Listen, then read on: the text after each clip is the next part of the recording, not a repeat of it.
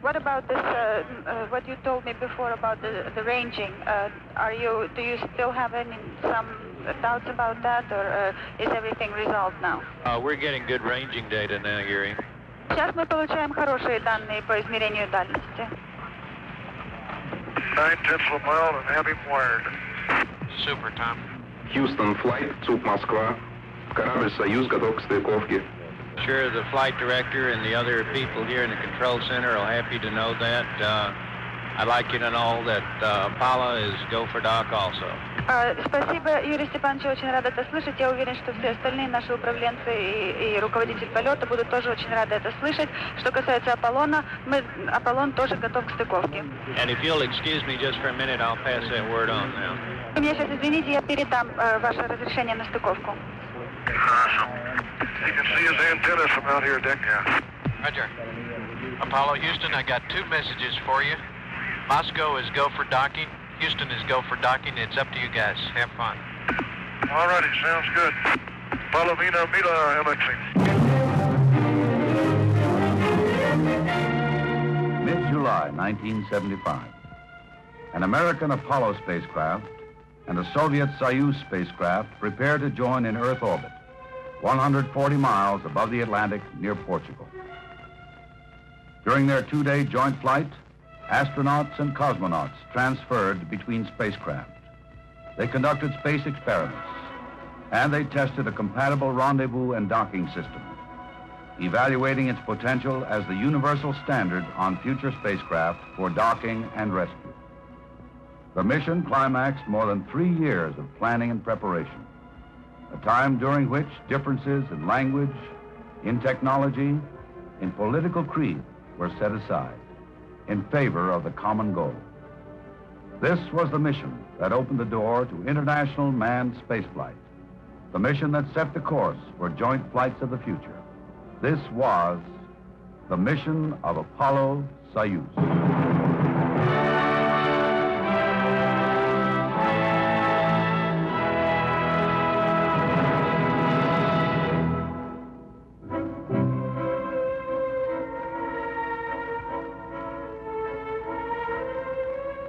In the pre-dawn calm of July 15th, the methodical countdown of Apollo moved with customary precision toward a mid-afternoon launch. Of lesser note was the fact that this would be the last flight of Apollo Saturn. And as the countdown narrowed, chances are that more than one member of the launch team reflected on other proud days of Apollo, like its 9 flights to the moon, 6 of which resulted in landing men there. It's 3 flights to Skylab, transporting crews to the orbiting space station. And now, in 9 days, the entire Apollo program would pass into history. Apollo would make way for a 2-way reusable vehicle, the Space Shuttle, scheduled for its orbital flight debut in 1979. But today, it is Apollo-Soyuz. And as dawn approaches the Florida coast, a similar drama is nearing climax, half a world away. The scene, Baikonur Launch Complex in Kazakhstan, central USSR. The Soyuz spacecraft, its crew approaching the end of pre-launch checks, is about to signal the start of this historic mission.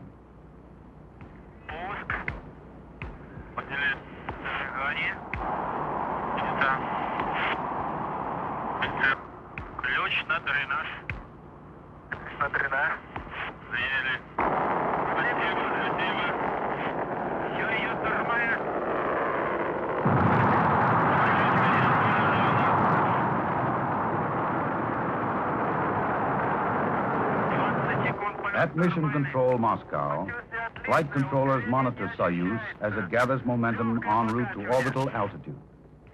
Less than 9 minutes after launch, Soyuz, powered by triple booster stages, is inserted into its assigned orbit. This is Apollo Saturn Launch Control. The countdown has proceeded smoothly this morning, and the flight crew here at the Kennedy Space Center were alerted about 10:30. They're right now in the suit room at the Manned Spacecraft Operations Building, donning their spacesuits, and they're scheduled to leave the suit room about 12:37 for the trip out to Pad B. The weatherman continues to be cooperative. A near-perfect day for the launch. Made to order for the thousands lining the roadsides and beaches to witness this Apollo-Saturn finale.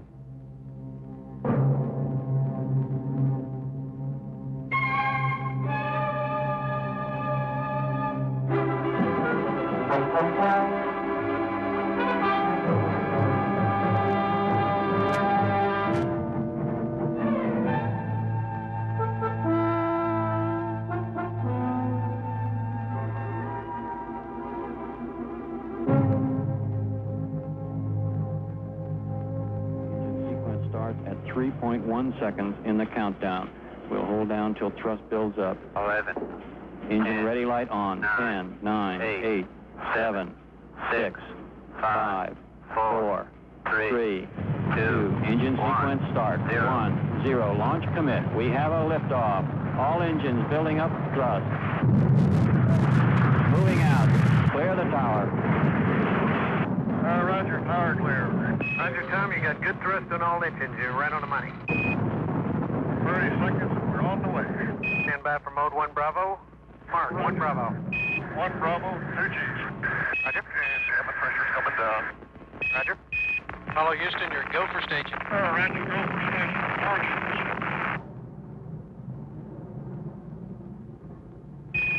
Okay, and that light is out on the 4B. We got acceleration. Roger.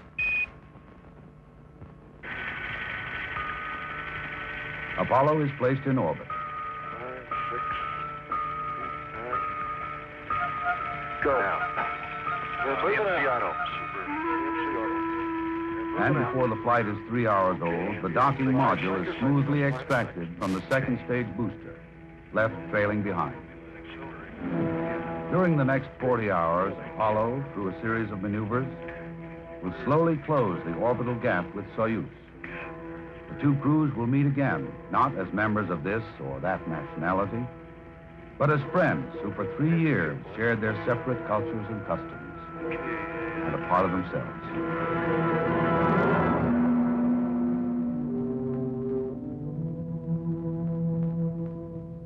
In preparing for their mission, Soviet and American crews spent a good deal of time together, in formal mission training, in learning about the other man's culture,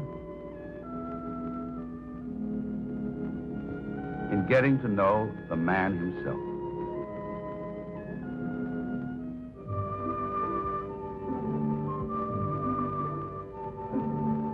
In the United States, I want to visit Hollywood. Alexei Leonov, Soyuz commander. Because I want to be a movie star. Colonel in the Soviet Air Force. No, I don't want. Tom Stafford wants. In 1965, on the flight of Voskhod 2, he became the first man to walk in space. Right now, we're optimistic we'll meet the launch schedule. The hardware's in good shape. As far as astronaut and cosmonaut training, we're in good shape. But when you put the whole thing together... The Apollo commander, Air Force General Thomas Stafford. Before this mission, he had flown 3 times in space. He was commander of Apollo 10, the mission that orbited the moon and qualified the lunar module for subsequent lunar landings. A civilian and a veteran of the U.S. space program, Donald K. Deke Slayton. One of the original 7 astronauts, he was scheduled to pilot the 4th manned Mercury flight. A slight heart irregularity interrupted his flight career. He was returned to full flight status in 1972 and assigned to Apollo-Soyuz as docking module pilot. Another civilian crew member, Valery Kubasov, age 40, the Soyuz flight engineer. On Soyuz 6, he successfully performed the first welding experiments in the zero gravity of space. Rounding out the American crew, Vance Brand, civilian, aeronautical engineer, former test pilot. He's been a backup crewman on previous flights, but this was his first trip into space. He is the command module pilot. As this was a time of mission preparation, it also brought together engineering and technical specialists from both sides. Heading up the teams were Dr. Lunny, the American project director, and his Soviet counterpart, Professor Konstantin Bushuyev. Under the direction of these two, an atmosphere of cordiality and mutual respect developed that pervaded the many months of meetings and negotiations.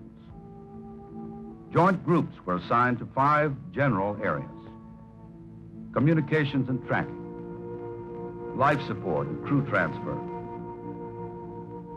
mission planning, control and guidance, and mechanical design.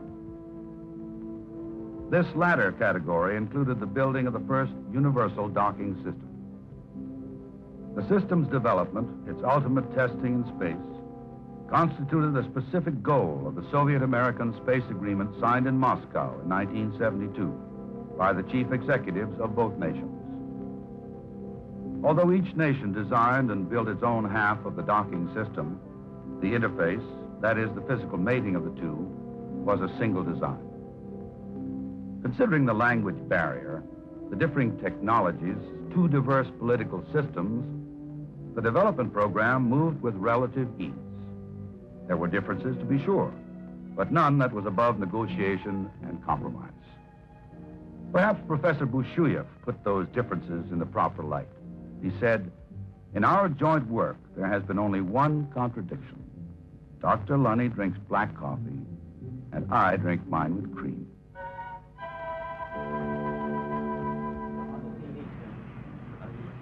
Okay, copy. This is Apollo Control. Apparently the TPI maneuver was indeed successful. Tom Stafford reported from Apollo that he was station keeping with Soyuz. Both control centers, Moscow and Houston, have given a go for docking. Soyuz, Apollo, как слышать? I need you 5x5. Hello, Houston. Can you see the Soyuz? Okay, he's sitting behind the docking module. Here he comes, just above the docking module. Looks real pretty. Soyuz docking system is ready. Good job. Let's say that. Looking fine. I'm approaching Soyuz. Oh, please don't forget about your engines. Less than 5 meters distance. 3 meters. 3 meters. 3 meters. 1 meter.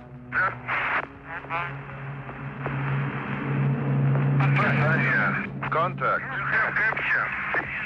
Capture. We also have capture. Roger, Tom. We'll pass it on. Soyuz and Apollo are shaking hands now. Houston, Apollo. Go ahead, Tom. Говорит Professor Bushuyev, это моя. Tell Professor Bushuyev it was a soft docking. Around the world, millions watch and listen as the 2 spacecraft become one. Now they wait for the next dramatic event, the meeting of Soviet and American crews. All right, auto show. Archival, loop 3.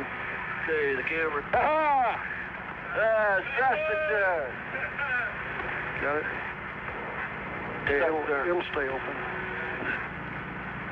Go ahead. Go ahead, Tom. Lexi. Just a moment. Okay, turn on the camera. Hit the remote. Okay. Here. Camera. Glad to see you. Here. Очень рад видеть вас. Очень рад. Это хороший день. Советский Союз, Соединенных Штатов. In the first crew transfer, astronauts Stafford and Slayton are hosted in Soyuz by cosmonauts Leonov and Kubasov. Vance Brand remains behind to monitor Apollo systems. In the name of the Soviet people and from myself personally, I am To mark the occasion, leaders of both the USSR and the United States relay their congratulations. Of the Soviet spacecraft, new possibilities are opening up for fruitful development of scientific cooperation between countries and the peoples in the interest of peace and progress of all humanity. I wish you successful completion of the planned program and a safe return to Earth. Leonid Brezhnev. The astronauts are on the line, sir. Gentlemen, let me call to express my very great admiration for your hard work, your total dedication in preparing for this first joint flight. It's taken us many years to open this door to useful cooperation in space between our two countries. And I'm confident that the day is not far off when space missions made possible by this first joint effort will be more or less commonplace. And may I say, in signing off, here's to a soft landing. Thank you very much. Thank you, Mr. President. Among ceremonies scheduled for this first day of joint flight are the exchanges of national flags by the spacecraft commanders. Later, they sign certificates of docking with the Paris-based Fédération Aéronautique Internationale, the organization that validates all aviation and spaceflight records. Finally, they sit down to dinner in space, Russian style. Right now, I've just finished some strawberries reconstituted. I'm deep eating some too. We're getting ready to eat some borscht, as you can see here.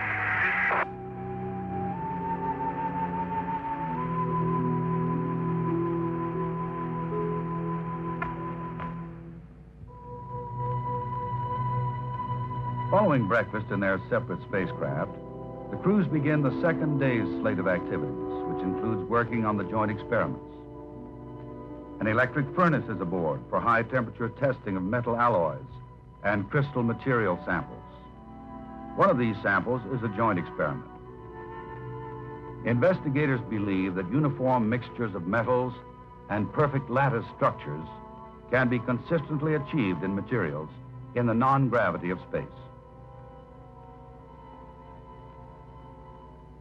In the day's first transfer, Vance Brand visits Valery Kubasov in Soyuz, and Colonel Leonov is hosted by astronauts Stafford and Slayton in Apollo.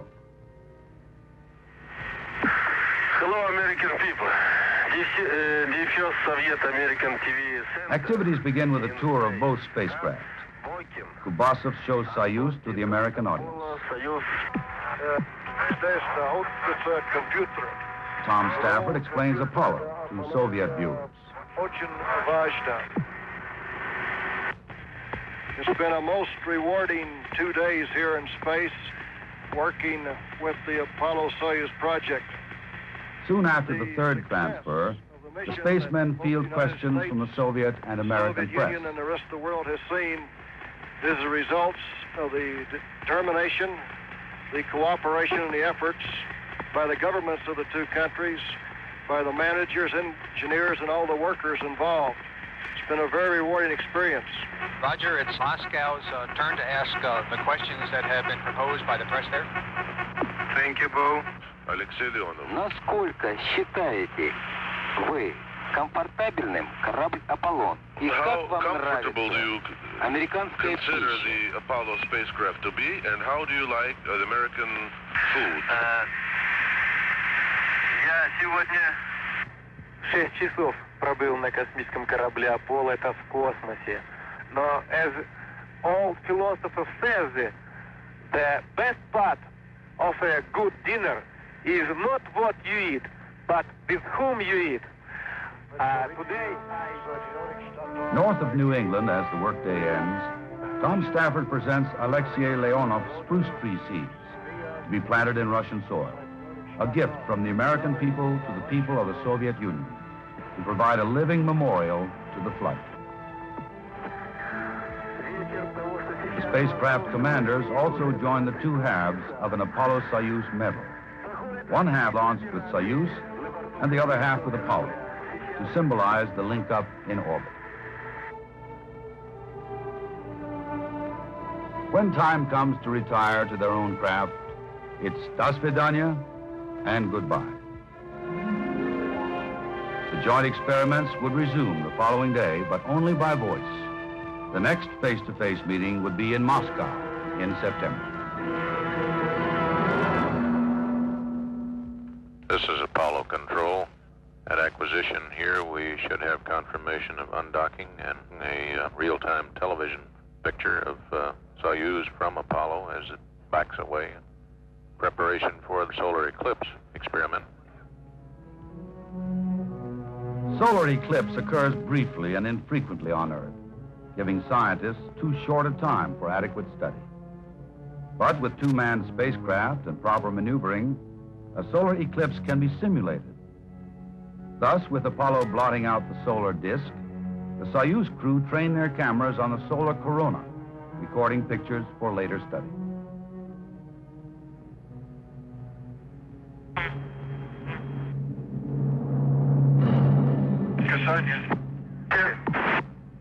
They dock again, providing yet another test of the compatible docking mechanism.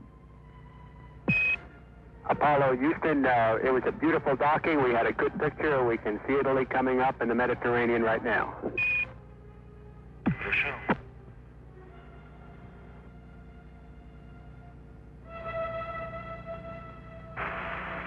Apollo, Houston through Atson, we're hearing your calls.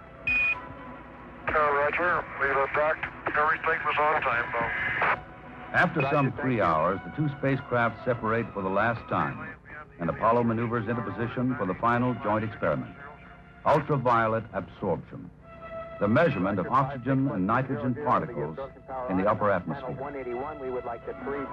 Apollo directs light beams of special wavelengths to a reflector mounted on Soyuz. The beams bounce back to Apollo and are there analyzed by a spectrometer. It is the first such measurement by this method. The results have given investigators a clearer knowledge of outer atmospheric makeup, including the quantities of ozone in the upper atmosphere. Termination of the experiment signals the end of the joint phase of the mission, and the separation between spacecraft grows more distant with each successive orbit. Apollo will fly solo for 4 more days, but the crew of Soyuz makes ready for return to Earth. Good morning again. Jim Hartz and Alan Shepard from the Mission Control Center in Houston, Texas. Live this morning, the Soviet spacecraft is about to land in the Soviet Union. The Soyuz recovery, a focal point of media coverage, is typical of worldwide interest in the mission.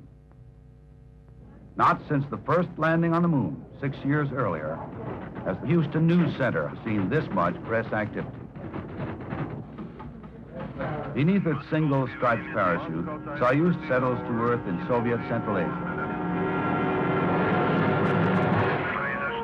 Retro rockets cushion the impact. Contact. The parachute. 3 memorable years have ended. Alexei Leonov and Valery Kubasov have secured yet another place in the history of spaceflight. Apollo continues in orbit, carrying out the remainder of the 27 experiments in space sciences, life sciences, and applications. Among the less notable passengers aboard are numbers of killifish. Sealed in seawater, they are in key stages of maturity. Scientists want to pursue an earlier investigation in which fish taken into orbit on Skylab had orientation difficulties in zero gravity, while those that were hatched in orbit adapted quite well. On return to Earth, the specimens will be compared to similar stages of Earth-raised fish. Through highly refined instruments, they look out in our galaxy and beyond. A new source of radiation is found, the extreme ultraviolet, which many scientists thought would remain forever invisible. Others felt it didn't exist at all. The discovery ranks high in importance and may open a new branch of astronomy for studying the universe. They attempt to locate the sources of soft X-rays. They've probed the temperature and abundance of the interstellar medium. They test ways of long-term monitoring of aerosol particles in the atmosphere, which may have profound effects on our weather and environment. They look back on Earth, on those features that will yield the greatest results: geological features, the oceans, the deserts, pollution patterns, weather formations, all the phenomena that comes under the general heading of Earth resources. As the mission comes down to the wire, the docking module is jettisoned, and it too becomes part of an experiment. With the two instrumented spacecraft close together in the same orbit, it is possible to measure their relative movements caused by variations in Earth's gravity. The technique provides a means of accurately mapping the Earth's mass structure on a global basis. Final. Go. Gato. Go.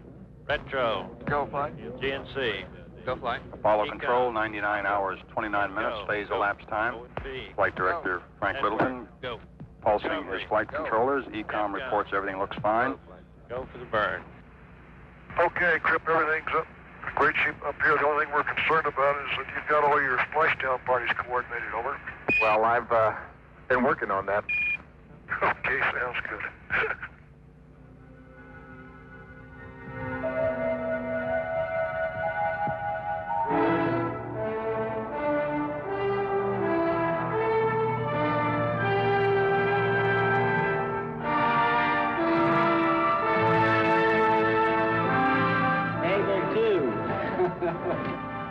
In Pacific waters west of Hawaii, Apollo reaches the end of its journey and the end of an era. Waving to the crowd, assembled here on the hangar deck of the USS New Orleans. Scott Logan giving them a few more words of briefing about the ceremony, which will take place in just a few moments. Now they walk down a red carpet toward the...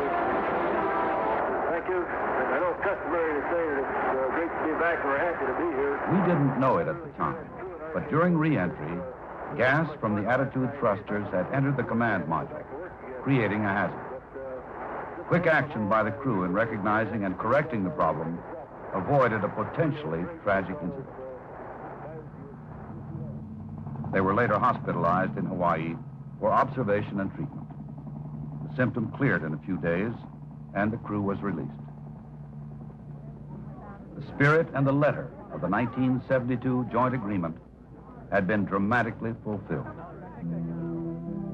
Hopefully it represents a prelude to the future, to a time when all mankind will share the work and the dividends of space. The space shuttle is a major step in that direction. The shuttle will transport into orbit a European development called Spacelab. With 10 countries of Europe sharing construction and cost, men and women of many nationalities will be able to apply their creative talents aboard Spacelab for the benefit of the world community. But for Spacelab, for Shuttle, for all the cooperative space efforts to come, the groundwork has been laid by Apollo-Soyuz, the model for the future.